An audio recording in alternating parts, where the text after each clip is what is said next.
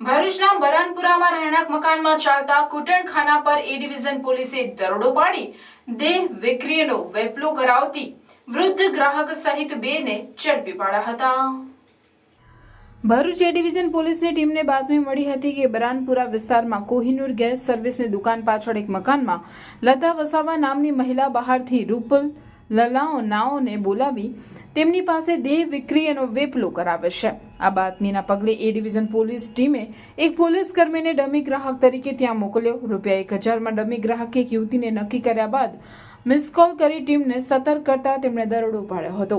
ટીમને ત્યાંથી 3 રૂપલલનાઓ એક રૂમમાંથી મળી હતી, જ્યારે અન્ય એક રૂમમાં એક રૂપલલના અને એક ગ્રાહકને ઝડપી પાડ્યો।